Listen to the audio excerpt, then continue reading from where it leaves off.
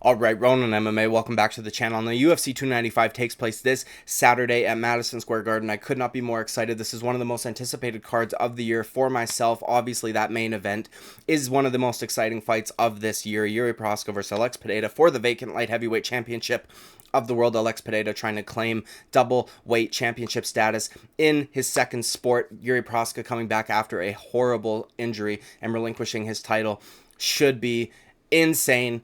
I am here to give my picks and preview every single fight on this card. I will start with the first fight of the night, work our way up. I'll try to go through some of the earlier ones a little bit quicker so we can spend more time on the co-main and the main event. Now, first fight of the night is Denis BUZUKJA versus Jamal EMMERS. This should be a phenomenal opening fight. I am going to be going with Jamal EMMERS, though. Guy has fought really good competition. Went to a split decision with Jack Jenkins. Went to a split decision with Giga Chikadze. The only other guys that he's lost to have been very good. Thiago Moises, Julian Erosa, very tough opponents. Pat Sabatini also.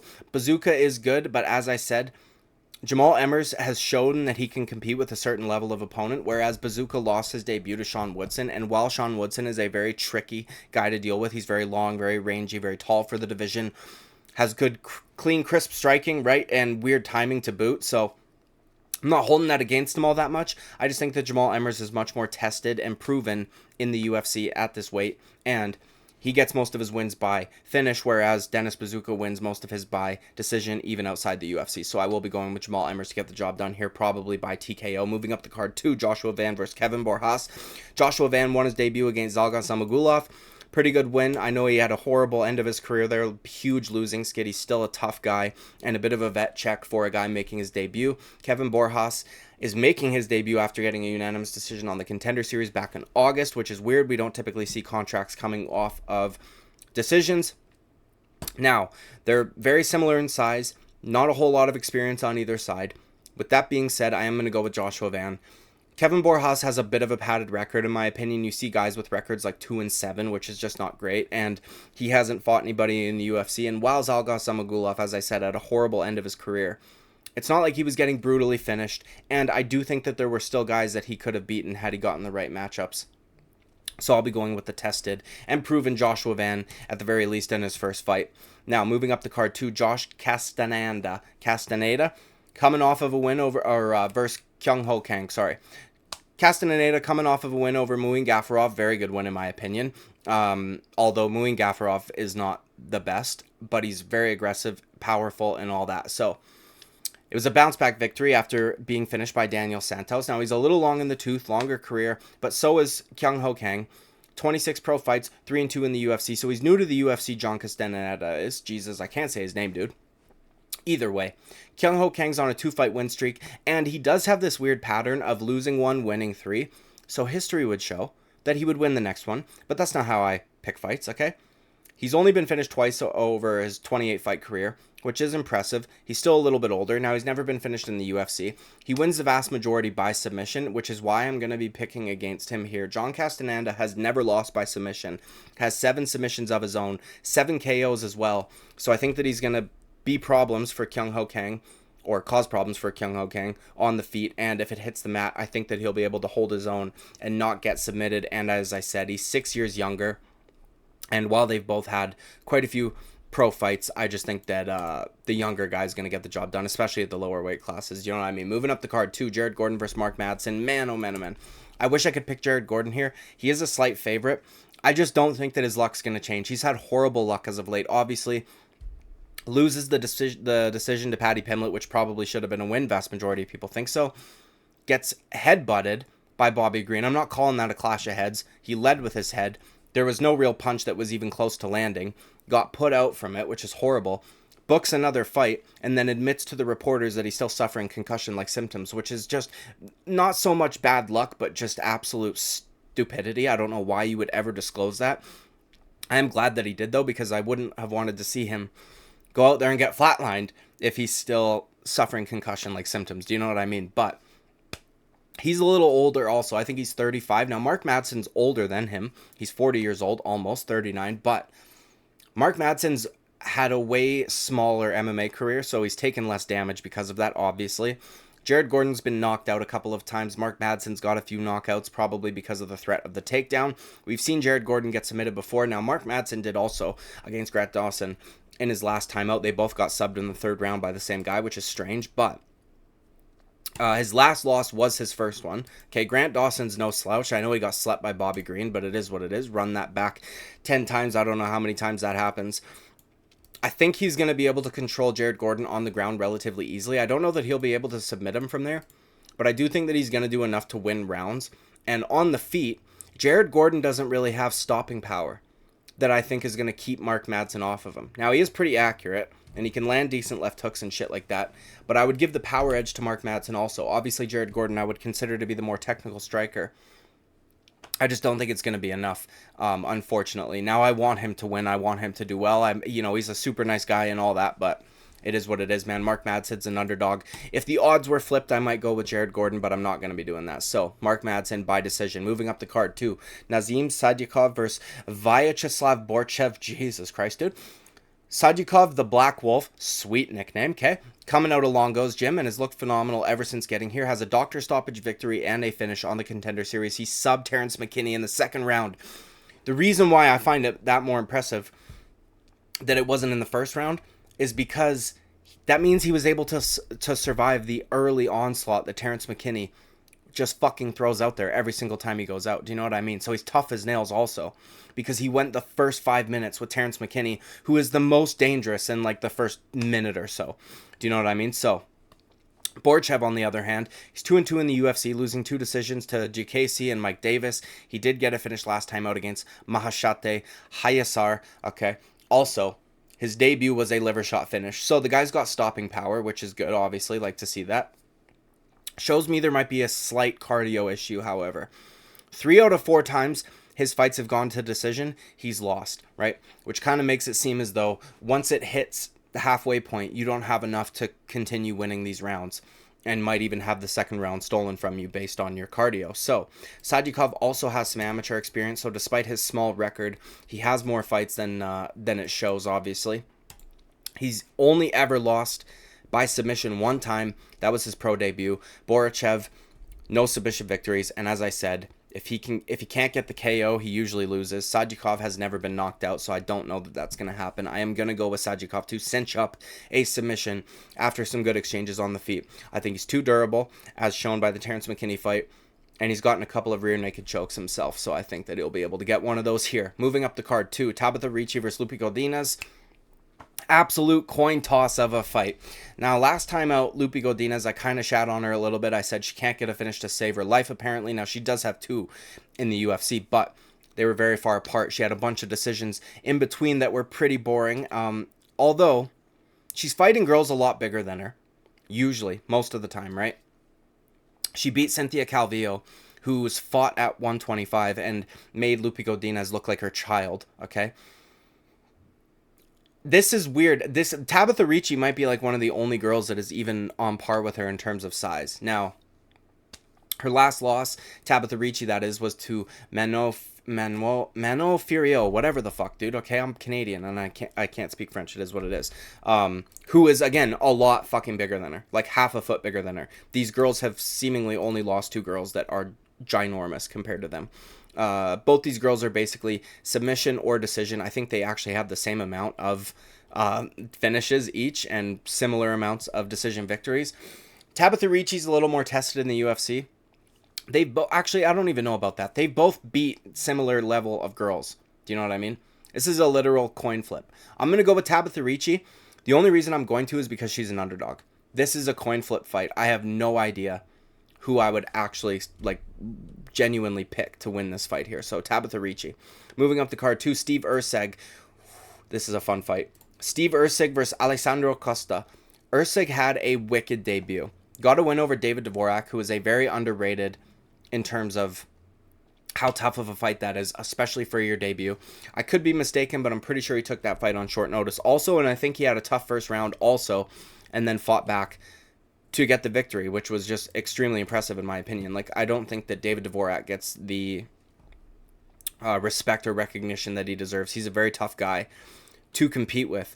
Alessandro Costa got a finish his last time out, lost to Amir Albazi, which was his debut fight, which is also a very tough debut fight. Now, he did get knocked out in that fight. So Alessandro Costa has been KO'd a couple of times. And as I said, one of them was from Amir Albazi. Steve ERCEG's never been finished. One decision loss in his second pro fight. That was 6 years ago. Dude's tough as nails. Good on the feet. And despite not having maybe the crazy stopping power, right? He's only got one knockout victory. He was still able to hang with David Dvorak on the feet and do damage. But usually, he'd just rather strangle you. So, I'm going to go with Steve ERCEG here. I picked against him in his debut. He really impressed me, proved me wrong.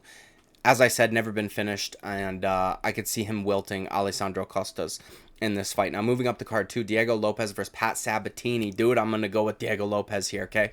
Slight underdog yet again. And this dude has proven me wrong twice now. Okay, one, because I thought he should have gotten the decision over Movsar Evloev, and I obviously picked Evloev. He came in with, like, no time whatsoever. And then he goes out there and he subs Gavin Tucker in the first round. You know what I mean? This guy's much better than I think a lot of people gave him credit for. It must be the hair. Pat Sabatini was finished just 2 fights ago against Damon Jackson, who is pretty good, right? I'm not going to shit on Damon Jackson, but it is what it is.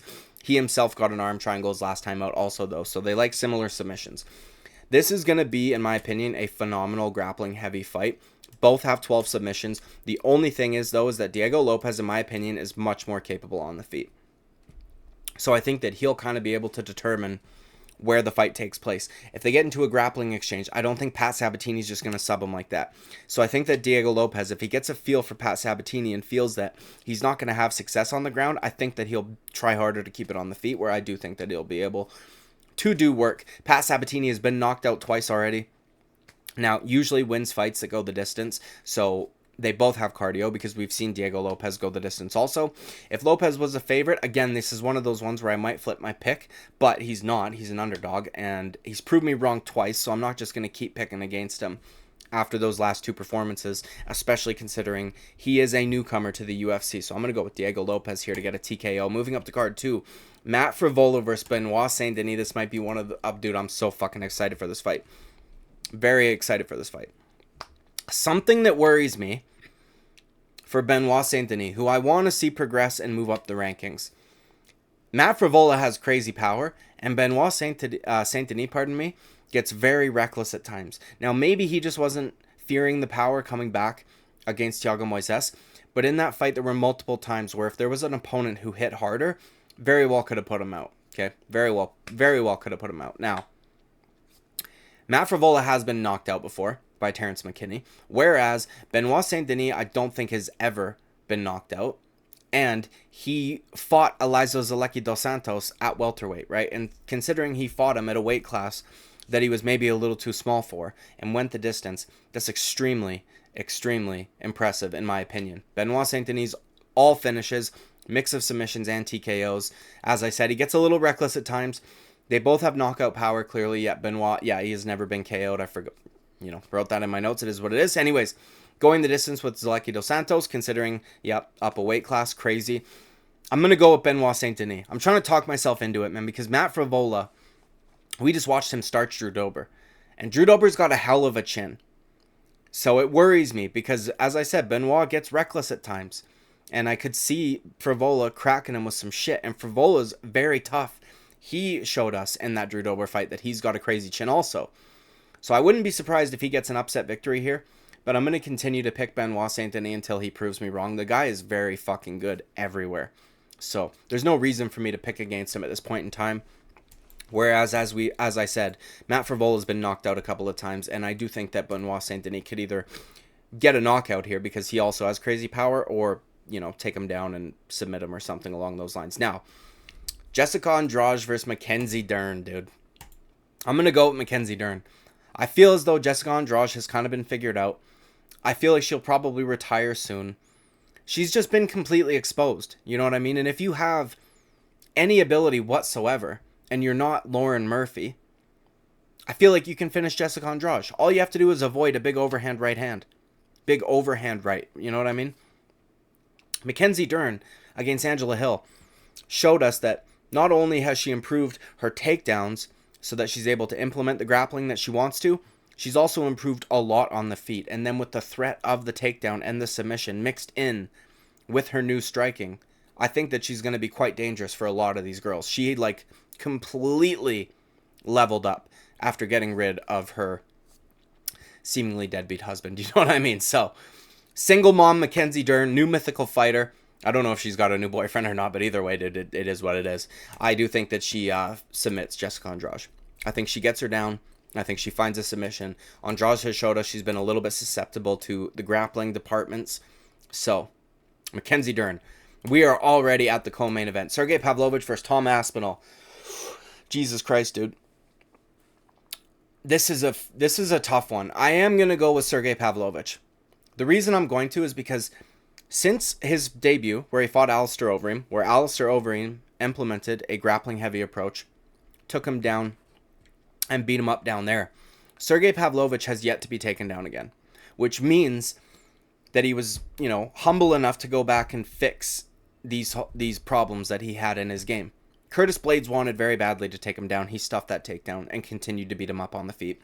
Multiple guys have tried. I just don't think that Tom Aspinall is going to be able to get him down. Tom Aspinall is going to be giving up a bit of weight, I would imagine. Sergey Pavlovich is a massive, massive, massive human. Okay, he's built like a fucking fridge. He has the longest ape index in the entirety of the UFC. Tom Aspinall is very quick, very good. Some things, though, I see are that he leaves his chin a little bit open, a little bit up in the air also. You can't really do that against Sergey Pavlovich. Now, Tom Aspinall is also a very... I think he's a very mindful fighter, and I think that he uses his fight IQ a lot in fights, although he hasn't really needed to. But you see that when he doesn't fear a guy on the feet, he'll fuck him up on the feet. When he does kind of fear a guy's abilities, or maybe they're a bit longer than him, or maybe whatever, then he takes them down and submits them. So he's very good at knowing what to do against certain opponents. I would imagine he's going to try and implement a grappling-heavy approach here against Sergey Pavlovich. I just think Pavlovich is too big. He trains with giant Russian men, Moldovan men who are trying to take him down on a regular basis. His boxing is super underrated. He is not just like a one-hitter quitter, dude. You know what I mean? He sets them up. Combinations, crisp and clean. Very underrated technique. And it's more of a barrage is what puts his opponents down rather than one big like Francis Ngannou shot. Do you know what I mean? So I think Sergey is going to be able to stop the takedowns of Tom Aspinall. They're both taking this fight on short notice, by the way, so credit to the both of them. I know Tom Aspinall got a lot of credit for that, but Sergey Pavlovich was simply a backup. He didn't think he was going to be fighting. Now, he was probably preparing, but it was also two completely different stylistic matchups than Tom Aspinall. So, man, I almost want Tom Aspinall to win because I don't want his career to get completely set back. I've seen people saying things like he shouldn't be getting a title shot after beating Marcin Tybura. He did finish Volkov pretty fucking easily, and I consider Alexander Volkov to be one of the better heavyweights. And Alexander Volkov, not only do I consider him to be one of the better heavyweights, based on solely his striking, he showed us in his last fight against Tai Tuivasa that he's been evolving his game. He's not just stagnant, okay with doing the Muay Thai style, and okay with losing to guys that want to implement their grappling on him. He's improving and got his first submission victory against Tai Tuivasa last time out, which was very impressive. So, you know, that's an impressive win for me. Finishing Volkov like that is very impressive. You know, Curtis Blades couldn't finish Volkov, and he had like 20 minutes of fucking control time, or 19 minutes or something like that in that fight. So, I'm going to go with Sergey Pavlovich, unfortunately, man. I do want Tom Aspinall to win. Now, I think it would be very exciting with Sergey Pavlovich as the heavyweight champion, and the reason I think that is because I want John Jones to have to fight him, but he's not gonna, which is strange. I don't know why they're making this an interim title fight when both old men in Jones and Stipe Miocic have essentially said that they're gonna retire after this anyways. So I'm gonna go with Sergey Pavlovich to get the job done by knockout. As I said, I think he's gonna be able to stuff Tom Aspinall's takedowns. I don't think Tom Aspinall is going to want to hang around on the feet a whole lot, but he's a lot quicker than Pavlovich, so maybe he surprises us in that department. Tom Aspinall's clinch game is very good, so maybe he does that to wear Sergey Pavlovich out. Constantly clinch. His elbows from the clinch are nasty. Maybe wear on some of those muscles a little bit, but I do think Pavlovich gets the job done. I think he cracks him with a good shot and then finishes him off with the barrage that we usually see. Now, moving up to the main event, Yuri Prochazka versus Alex Pereira. Most people that watch my channel know who I'm picking. I'm picking Alex Pereira. I'll explain why briefly here. I don't want this video to go on forever, though. I am going to do a more detailed breakdown of this fight with some film from their fights, from sparring footage and things like that to justify my decision. I'm going to go with Alex Pereira to get the job done. I think he gets it done by knockout. I think Jiri Prochazka gets hit way too much. If you look at his statistics, he's literally a take one to give one kind of guy. There's no strike differential whatsoever. He gets hit, he hits you. You know what I mean? That's the way it works. Alex Pereira's got a pretty significant strike differential. He's also got, I think, 60% defense, which despite, you know, a lot of people like to say, oh, he's chinny and all this shit, he's defensively responsible. Now, both these guys hold their hands a little low. I just think that Pereira's a lot more fundamental in terms of his defense, not just his defense, his striking, which is ultimately why I'm picking him. We have seen on multiple occasions fundamentals just destroy flashiness. Flashiness, dude, okay? Sean Strickland just whooped Israel Adesanya, right? With 1-2, a front teep kick, and a left hook occasionally to put together a combination, right? Justin Gaethje beat the fuck out of Tony Ferguson using fundamentals for the most part, right? Some big whiffing shots for sure, but for the most part, just boxing, right? And leg kicks. Whereas Tony Ferguson does all this crazy, flashy spin shit, Wing Chun hand fighting shit. We've seen it so many times. I just think that Jiri Prochazka, first of all, stands very wide, right? So you can't really be light on your feet when you have a wide stance. You're planted. You can be hopping up and down, right? Like Wonder Boy. But he doesn't really do that. He kind of plots forward. He's not like a super karate-based style guy. Now, he does use some traditional martial arts, but he's usually heavy on his feet. And with his front leg that far out in front of him, it's right there, for Alex Pereira to chop away, which we haven't really seen anybody do to Jiri Prochazka in the UFC thus far. So, I think he's going to have a really hard time dealing with the calf kicks. I think ultimately what happens is he realizes he's going to have a tough time dealing with the calf kicks, and I think that he starts rushing forward in an attempt to clip Alex Pereira with a big shot. Kind of the way he did against Dom Reyes, kind of the way he does against everybody, if I'm being honest. The only difference is Dom Reyes, there were moments in that fight where he got hurt because he threw a body kick in punching range. Alex Pereira is not going to do that. I do not believe that Alex Pereira has a bad chin. 3 months after he got flatlined by Israel Adesanya, he came back and fought Jan Blachowicz and got tagged multiple times in that fight. Perfectly fine. Never looked rocked, never really wobbled. None of that shit. And survived like 4 minutes with Jan Blachowicz, who does have a black belt despite being primarily a striker, in that first round, and then went on to win the last 2. So, man, there's a world where I think Jan Blachowicz beats Jiri Prochazka. I think Jamal Hill beats Jiri. And I'm not trying to shit on him. I really like Jiri Prochazka. I just think that his style will eventually catch up with him. He gets hit too much. There's going to be guys where you can't eat those shots, man. And he was losing in moments on the feet to Glover Teixeira, right? Had he not pulled that choke out of his ass in the last minute or so, Glover Teixeira would have went on to win a decision. And I don't know, man. He's like, I know it's not luck because he's doing these actions that ultimately get him the victory. But it's like, eventually that's going to run out. Whereas Alex Pereira is very fundamental, as I said. He fights the way that he fights. And he's going to counter Jiri. I'm gonna do a more detailed video. I don't want to go too in depth here. I just think that this is a good example of fundamentals versus flashiness. Obviously, Jiri Prochazka could land something big that would end up hurting Alex Pereira or even putting him outright cold.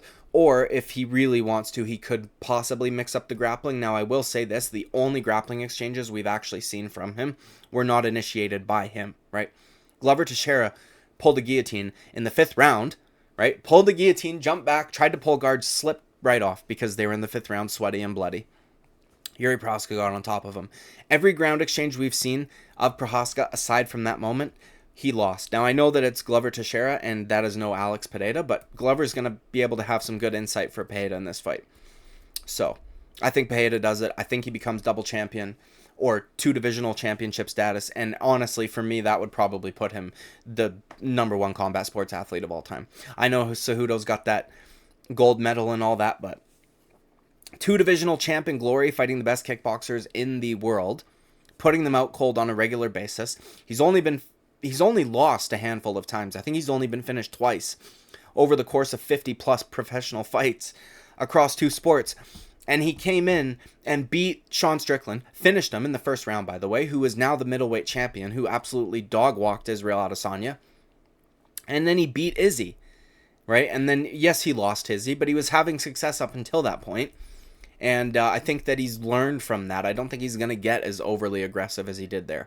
So, it is what it is, man. Alex Pereira to get the job done by knockout over Yuri Prochazka. That's it for this video. As I said, I will be putting out videos and live streaming every day this week for this fight week because I can't fucking wait. Like and subscribe. I would greatly appreciate it. I will see you at the next video. Bye-bye.